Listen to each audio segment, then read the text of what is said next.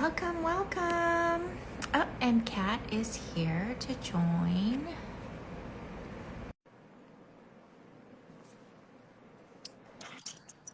Happy Monday.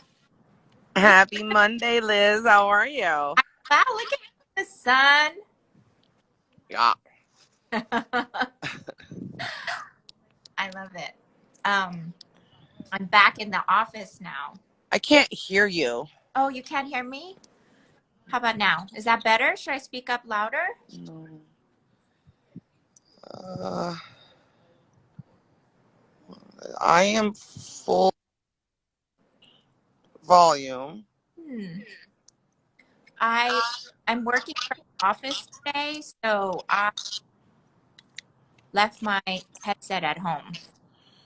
Maybe it's me. Let me click off and I'll come back on and see if that makes a difference. Sounds good. Sounds good.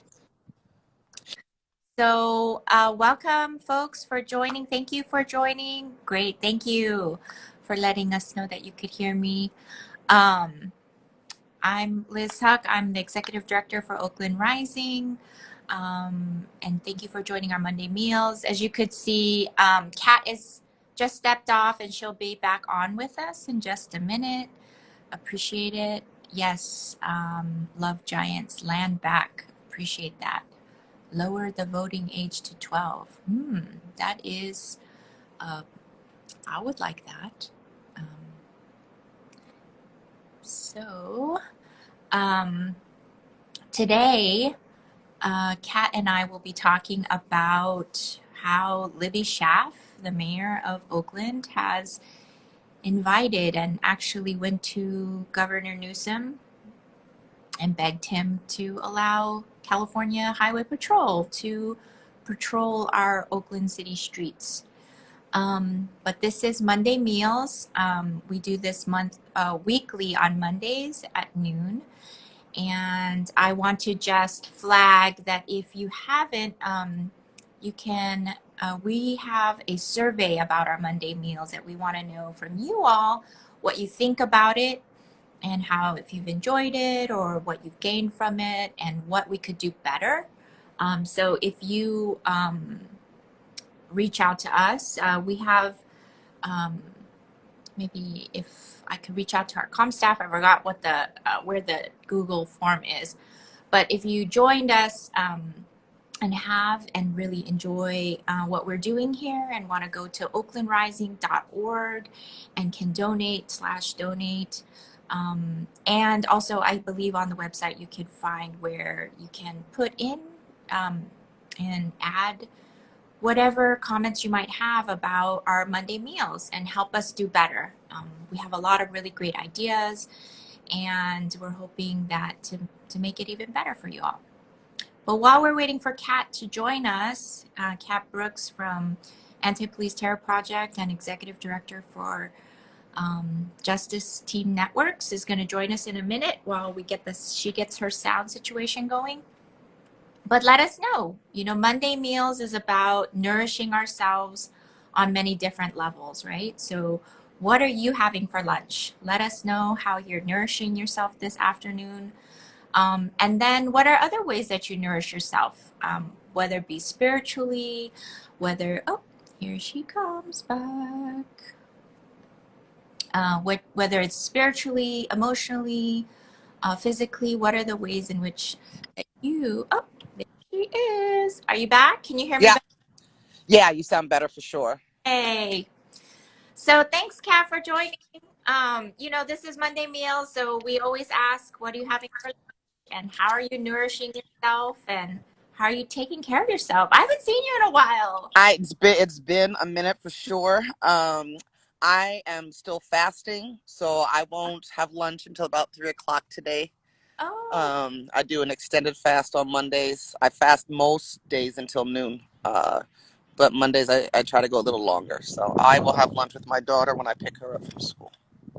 I love that. Yeah. And why you do fast? I want to know what. Weight management. Okay. I mean, it has all sorts of health benefits as well, but for me, mostly weight management. But I know all of the jam stuff. So how's that going? BAM Fest is going well. For folks who don't know, this is our third year. It's the Black Arts Movement Business District. It's the theater festival. Well, it's a culture festival because it's not just theater, it's film, it's poetry. We've Right. got writing workshops. We've got political education, self-defense classes, yoga, meditation. It's 31 days. Tomorrow night, I'm really excited. We're having a Black to the Future event at the Oakland Museum. The Oakland Museum has a Black futurist exhibit up right now that's fucking amazing. And so folks will get to see the exhibit. And then our poet laureate, Ayodele Nzinga, San Francisco poet laureate, Tongo Ison Martin, and CC Gervais, Richmond's poet laureate, are going to spit fire. Oh my God, look at all of that. Look at all that amazing. Cello by Mia Pixley. Talent. It's going to be so dope. But there's all sorts of stuff, and please check it out. You can get information and tickets for things at bamfest.com. Support the culture, y'all. Support the culture. A lot of stuff is free, so you ain't got that excuse either. Right. But come through. Yeah. And we had Ayodele on a couple weeks ago to talk about it, and it is every single day. There's at least Every day. one thing, and then if you miss it, you can get online and watch it. Right. Yes, everything is recorded. Everything has been recorded. So I've been doing that because I sign up and then I'm like too swamped to do anything, to actually make it to some stuff. But I've been watching it like at the end of the day, and I've just been like, oh, this is so much beauty, so much creativity, so much joy and healing on so many levels. So I think that everybody, if you haven't checked it out, go to bamfest.com and you could check out anything that's happened already. And then obviously we still have a couple more weeks of the month left. So please, please, please support and check it out.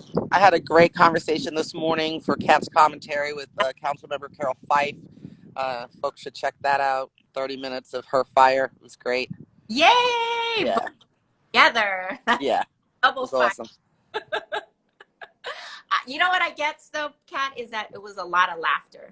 Y'all. Oh, not as much. Normally there was some, but we were talking about some of what we're going to talk about today, right? And the invasion of the trifecta of state terror into our city, and we were talking about the unhoused, and we were talking about the stuff that's been going on at the lake, and I mean, there's a lot of heavy shit, Right. happening in Oakland right now. So, yeah. Whew. Well, let's get into it.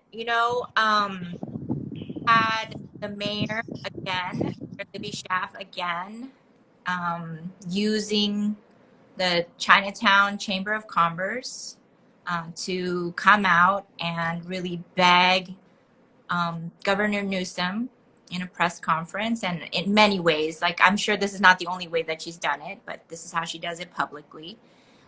Come out and ask for California Highway Patrol to come into our city and start patrolling our city. And I was on vacation and I saw that. I was shocked. I was like, damn it.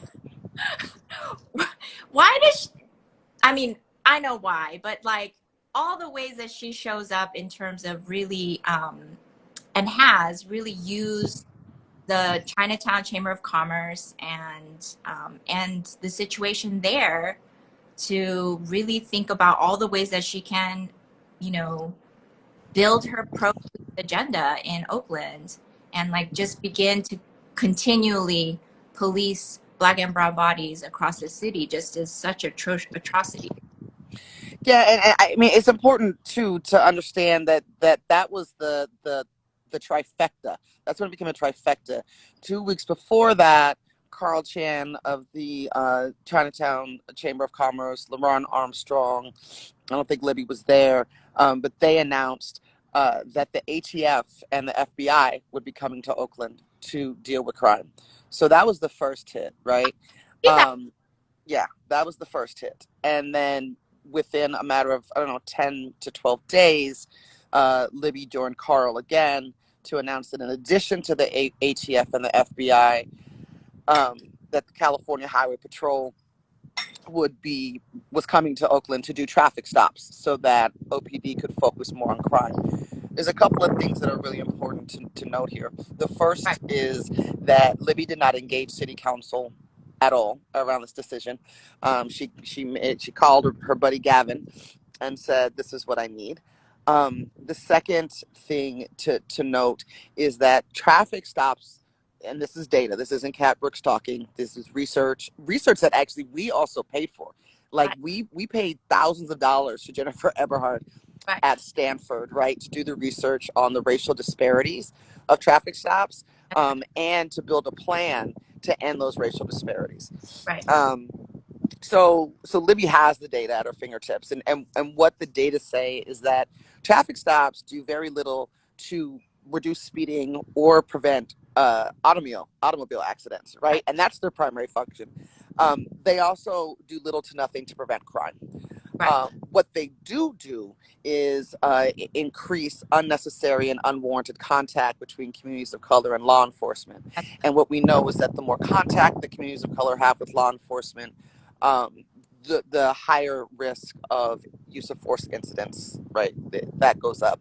The other thing that's particularly disturbing about this is that last June, as the rebellions were happening downtown in response to the murders of George Floyd and Breonna Taylor, the California Highway Patrol was cruising Oakland Streets, which they're not supposed to do, Right. when they came upon Eric Salgado and his pregnant girlfriend.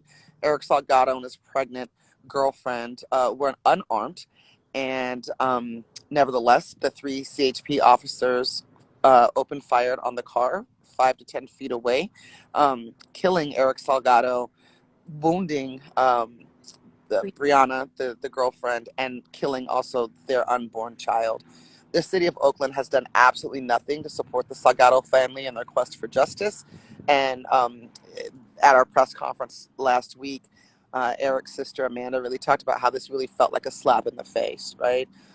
We also know there's ongoing investigation and probing into the way in which California Highway Patrol interacts with the traffic girls on E14, and their sexual exploitation of sex workers. Right. We all remember Marlena Pinkard, who was beaten to a pulp on the side of a freeway by the California Highway Patrol. The California Highway Patrol and the sheriffs are some of the most violent, brutal policing agencies in the state. And, and and because the face of what is happening in Chinatown is a black face, we know that these law enforcement agencies have been brought here to hunt black people. That's right. That's right. And I think that, you know, Libby is really utilizing what is kind of, I think what a lot of folks don't want to talk about, how actually the some of the violence that is targeting aging elderly community actually isn't new, right? That it's been going on for quite some time. She's trying to make it seem like, and I think a lot of the conversation around the country too is that it's new, right? It's a newer thing. It's only happened this year as a result of Trump, but in fact, it's happened for quite a long time, and that it happens. It spikes around Lunar New Year and around Harvest Moon Festival, when a lot of folks are in Chinatown with a lot of cash to you know, do their shopping, engage during those holidays. It kind of spikes then, and has continued to, you know, happen in Chinatown in Oakland, and that Chinatown is 2 blocks from the police headquarters. That hasn't actually stopped anything, and in fact, in the past 2 months, I think there's been a shooting and a stabbing near there that hasn't been prevented. And so I feel like the mayor utilizing the moment to, you know, to really split the like, to be like, oh, this issue here in Chinatown is why we need this problem solved, right?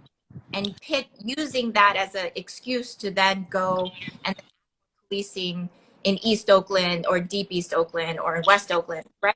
So, I mean, that's one of the most infuriating parts of this is like, rather than bringing the city together to like, what are the ways in which we can all take care of each other? She's just like, how can we incarcerate more people? Right, which we know doesn't lead to decreased levels of That's right. crime. It's also disconcerting for me. Mean, I've never met Carl Chan. I don't have a relationship with him one way or the other. Mm-hmm. You've heard me say, right? I don't have a right to tell Asian folks, right, how to protect themselves. All I can do is offer my expertise, and warn them that more police presence isn't actually going to keep you any safer, and it's actually going to endanger Asian youth, right? Um, but I was astonished, and I've got to be frank, offended when I heard Carl Chan say, and not he didn't want law enforcement agencies just to come to Chinatown. He wants them to be all over Oakland. Um, at last I checked, he's not an elected official. Right. Last I checked, no one's paying him to develop a public safety plan. And in the face of what I know he's heard, right, our concern as Black and brown people, to say that is disturbing. Um, the other thing that's disturbing is the attempt to pit the Black and Asian community against each other, right? And that's intentional, right? And that's been what white supremacy has done from jump, is to pit communities of color against each other, because they're clear that if we're unified, then we're a stronger force that they have to reckon with and deal with. Of course, we're incredibly concerned and disturbed by what's happening to our Asian relatives, and I would say there's three threads to that, right? There's the hate crimes, um, and then there's the folks that have been pushed into the underground economy, that are targeting Chinatown because the perception is that there's a lot of money there, and then there's um, the fact that Chinatown sits so close to downtown, which is where such a large portion of our population with mental health issues Right. live, right? And some of these folks, including the person that assaulted Carl Chan, have decades of documented severe mental health issues. Right. Which went untreated, right? Like Yeah, what cared for.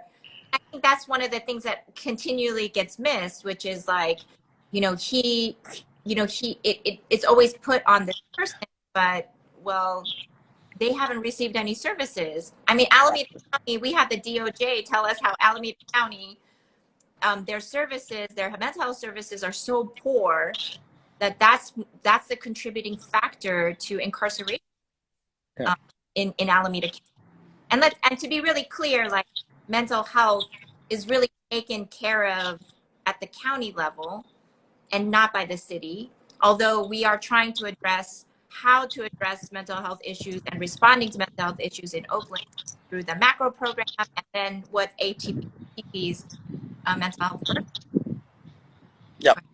And we're never talking about that part, which is, and study after study after study after study always talks about how lack of services lead to more quote unquote crime, leads to more incarceration.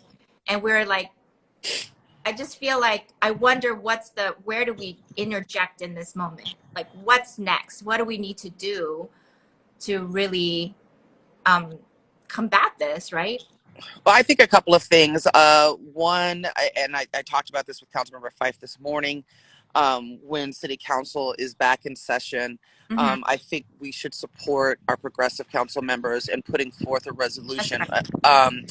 similar to what the City of Berkeley did. So, what the City of Berkeley did to address racial disparity in stops was to limit the number of reasons that cops can pull people over, right? So traditionally, cops have wide latitude, right? They just can look at you and decide you look funny, and so they're going to pull you over. You can't do that in Berkeley anymore.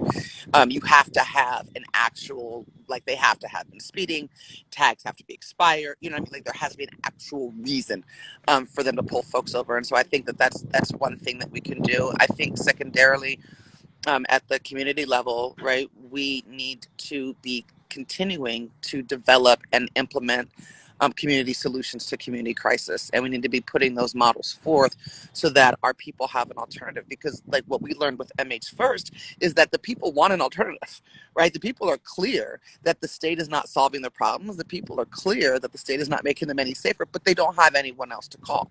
So we started MH First and thought we'd be the slow, gradual build. No, it exploded, right? We need the same thing for intercommunal violence. We need the same thing for interpersonal violence, domestic violence. We need the same thing for substance abuse issues. We need, right, all of these places where we don't need law enforcement to be the primary responder. And so that's some of the work that we're doing, but it can't and shouldn't just be APTP. It's got to be all of us, right? Like, so what or adapting models. So if we've developed a model for MH First, what does that look like adapted for Chinatown? What does that look like adopted for the Fruitvale? But we've got to, as we say, we've got to take care of us, because the state's answer is always going to be state solutions, and those are always going to be violent. And that's right. And that's the thing, is that Carl Chamber of Commerce and the city keeps talking about the only solution to this is policing, right?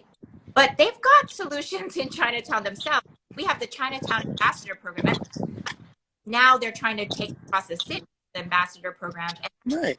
Chinatown, it wasn't a city program. It was actually community folks who just came together. It was a Chinatown coalition that was like folks in the community looking at resources. It was service providers who were like, what do we need to do? How do we address this, right? And right. so they had people who, they have ambassadors that walk around, get to know all of the folks that live and work. They'll escort home, right?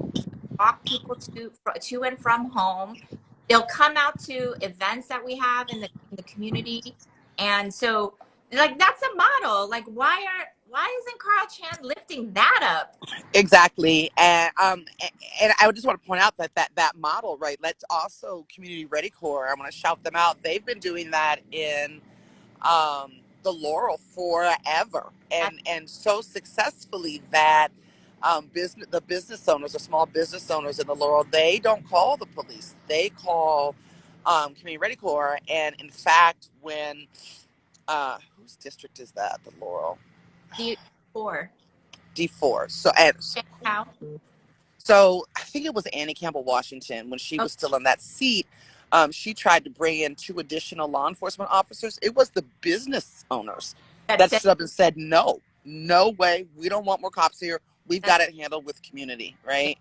I don't know what Carl's motives are. I don't know if it's political posturing. I don't know. I do know that for other folks like law enforcement and elected officials, crime pays, right? It's donations to campaign war chests. It's bloated police budgets. Right. It's profit for the owners of private prisons. The only people that don't benefit greatly from crime are the people that are actually engaging in it as a means for survival. That's right. Yeah. I mean, it's so interesting to me that mindset around policing, right? Like, I get the part where, there's no alternatives, like calling 911 as an alternative. And like, what will it require us to like move to a place of creativity, even in ourselves, right?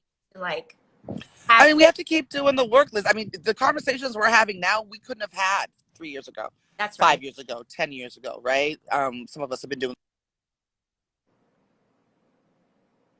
amazing, steady, strategic, and tactical organizing. This iteration of this particular part of the movement began with the fight for justice for Oscar Grant here in Oakland in 2009. It's become an international phenomenon.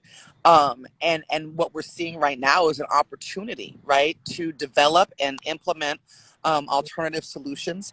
And we've got to fight like hell for those. We've got to put other stuff on hold and focus on this right now. We've always, APTP from jump, had communications as a tactic. I mean, excuse me, as a strategy, not just as a tactic. We knew Right. that we're brainwashed, all of us, our society.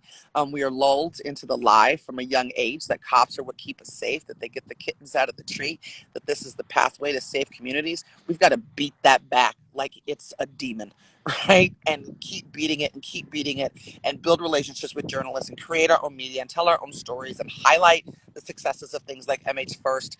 And we've got to do it until we're blue in the face because it's working.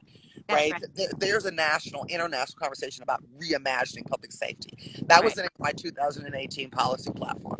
Right. Right. There are models for alternative response popping up all over the nation.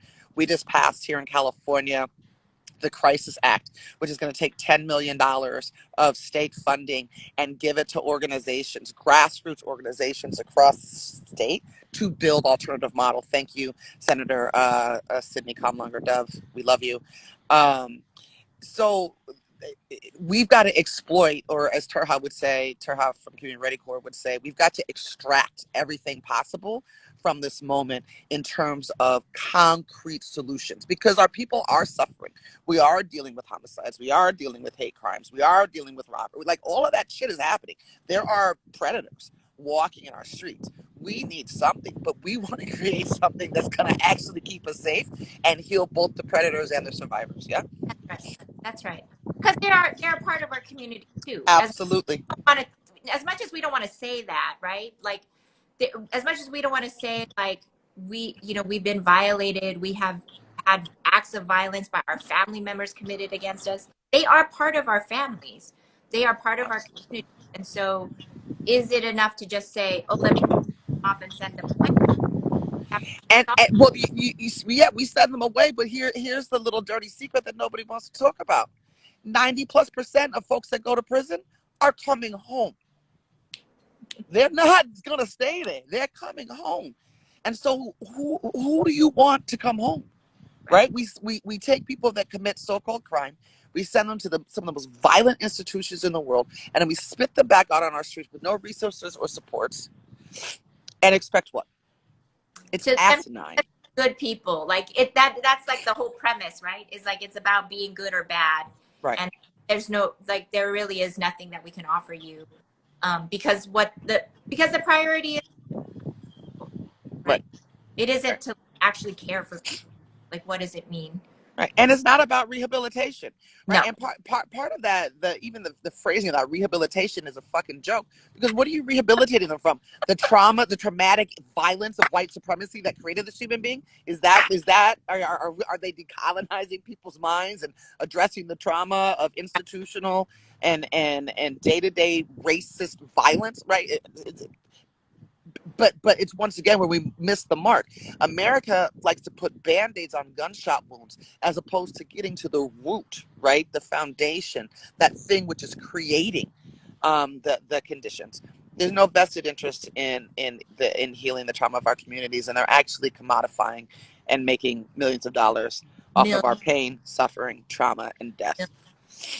Well, I mean, we've had some good news this week, right? Like, Rob Bonta is going to charge, God, what's that officer's? Tony Peroni. Yeah, Not charged. I'm sorry. Reopen what he did. So the Nation of Islam, along with Oscar's mother, first went to Nancy O'Malley and asked her to reopen the case. Nancy said no, so they went over her head. So he's reopening the case, but there's not charging. God, thank you for that clarification. I was misinformed. I think maybe I'm just being super hopeful. I mean, it's hard to track it. Yeah.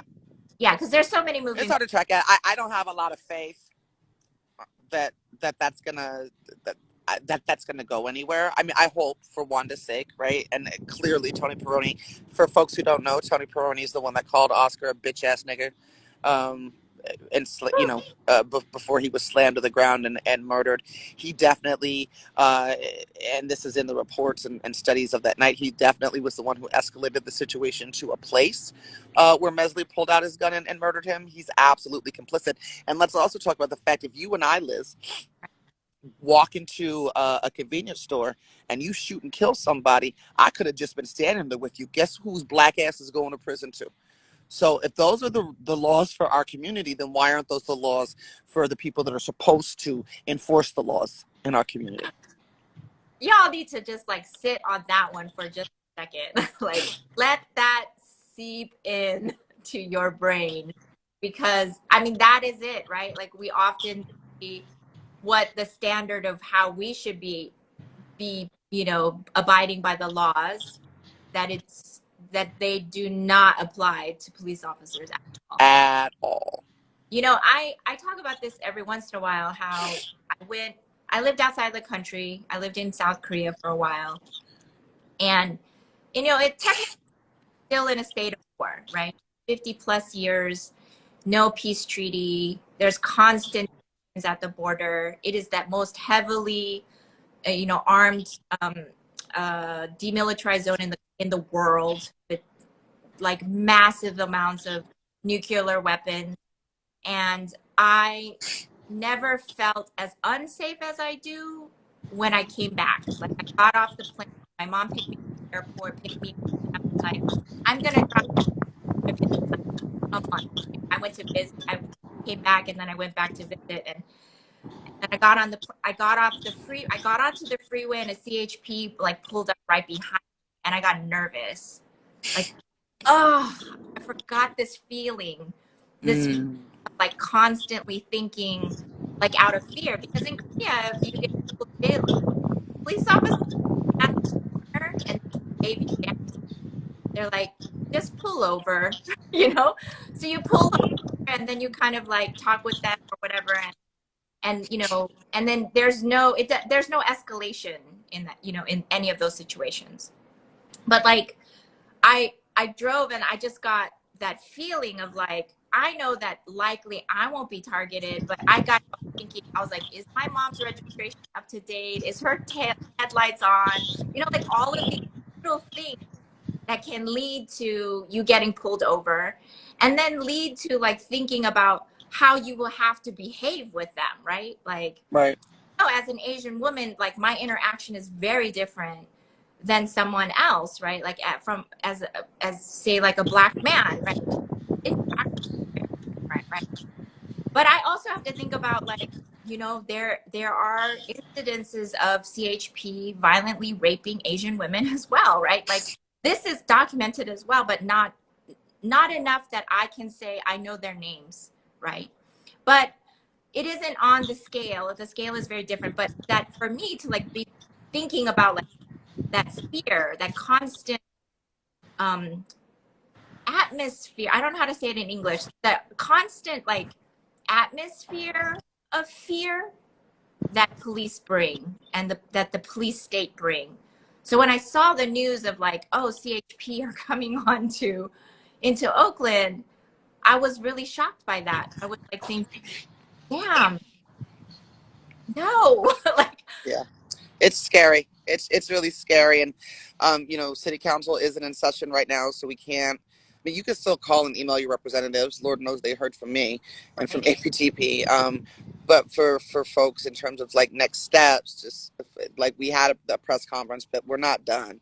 We're Right. gonna, you know, we're launching a campaign to get the ATF, the FBI, and the CHP out of our streets. And so, you know, for the folks that have joined, you know, please stay tuned for that, because we're going to need to attend city council meetings. We're going to need to do some, you know, some actions. If you're a writer, you know, people should be writing letters to the editor, talking about this on your social media platforms. This is what I guarantee you someone's going to die. Mm. And so let's get about the business of getting them the fuck up out of here before that happens. Oof, I felt that. I felt that.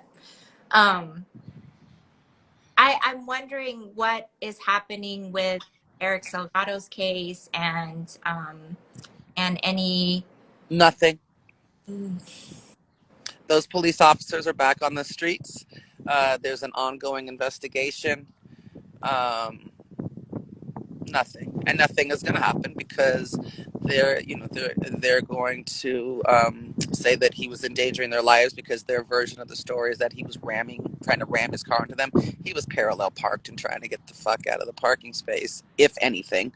Um, Important to note there too, one of the officers that murdered him, Sergeant Richard Henderson, um, transferred. He did what is called a lateral move, and a lateral move is when cops kill, rape, or otherwise harm a community member, they very quietly go away into another department, and the community that they're entering have no idea, what their history or background is. Richard Henderson did the same thing. He murdered someone in a very similar fashion, another Latino man in Southern California, with the exact same story, that he was in fear for his life because this young man was trying to ram him with a police car. Why are you doing this job? Like, if you're constantly in fear of your life, like, Because that's not the truth, right? That's the story, and that's what police unions teach law enforcement to say and do. Now that's not as effectual as it used to be. That was one of the things that we did away with when we passed the new use of force policy in the state of California. So now the law at least says that law enforcement has to do everything in their power before using deadly force.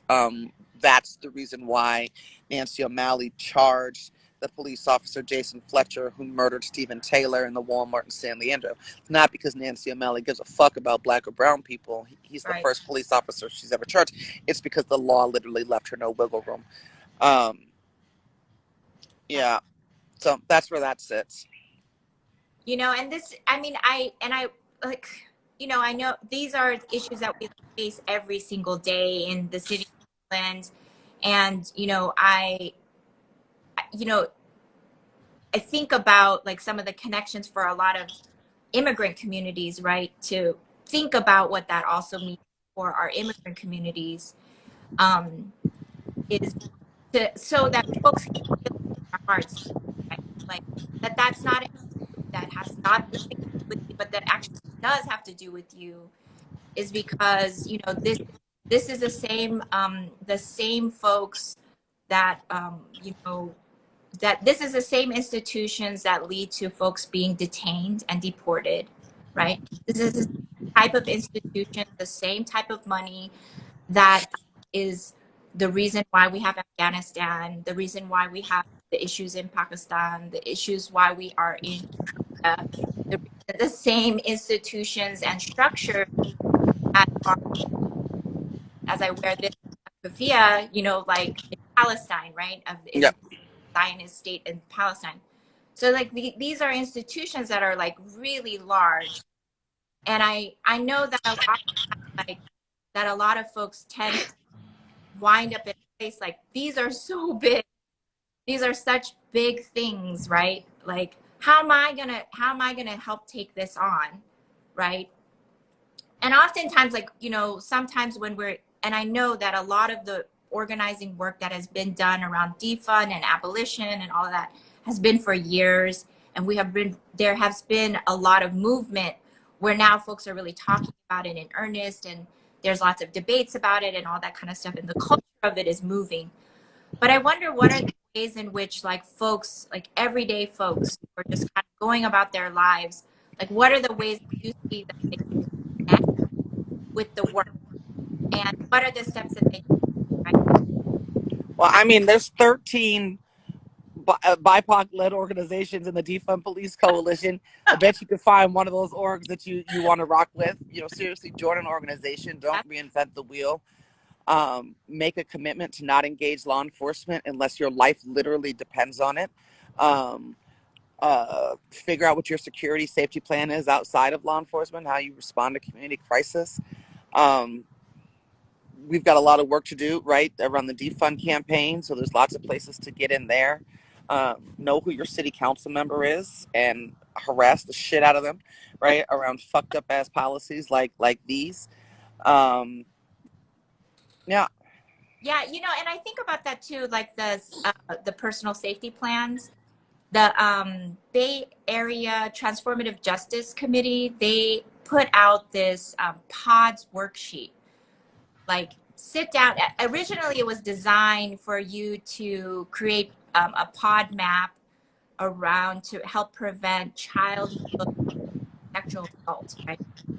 So, but it's definitely, I've sat down with my kids, I've sat down with my community, with my closest, tightest group of friends, and said, like, who in my circle? Like, if something, I was assaulted at Merritt College, who was I going to call first? I wasn't going to call security. I didn't even call security, knowing even at Peralta College, cut their contract with the sheriffs, like that I wasn't going to call security.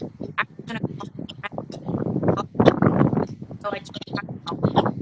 Like, I need you to come and take care of me, right? I need you to help me figure out all of these pieces.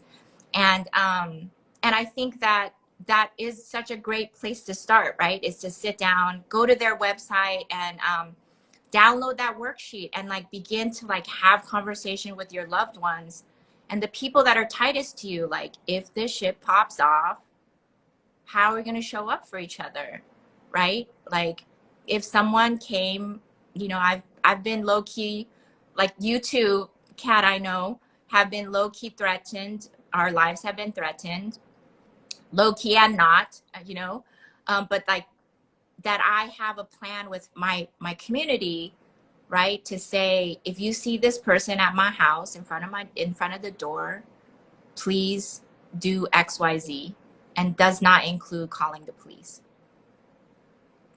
Right. And so it comes down to like those moments, because if we can't like have those conversations with our family and friends about alternatives, I don't know how we can have them at a city scale. Yeah. Well, this was a heavy topic. It was, but it was always good to see you and talk, because I know that even though we're talking about heavy things, we're working towards solutions that are going to bring relief to our people. So That's right. That's right. And of course, everybody check out bamcdc.com, and catch Kat in all her greatness. Because you all don't know, she's an amazing artist. So you all should follow that and like check out other places. Like, she's not just out here yelling and screaming at the police, y'all. You know, she really comes fire and like, I don't know if there's been so many things that I've watched you in, Kat, that I'm just like, yeah, I don't do comedy. Not my lane. But if you need to like, you know, and our city has been we've been feeling a lot of loss, right? Like, there was big memorials this weekend with Zumbi, and well, Zumbi's got canceled. Right. But Online. yeah, they did it online. Shock G on Saturday, which was Right. dope. Right. Our symphony conductor also passed away. Right. So like, we've been feeling a lot of loss. And so if you need a little cathartic moment, I say check out Kat and check out anything that BAM, because there's so much beauty that they're creating for all of us, for the whole city and for the world. So check that out. Check out oaklandrising.org. If you feel like donating, /donate at that website. Check out APTP, and just all the amazing work that they're doing, and any one of the 13 organizations that are part of the Defund culture. So I'm so proud to be a part of it, just standing side by side with that. Same. I it's an honor to be in the trenches with you, sis. Lots of love. Lots of love. Hopefully I'll see you soon. Yes. Thanks everybody for tuning in. Have good days. Love yourselves. Love each other. Yes. Love each other. Love your stuff. Yeah. Bye. Bye.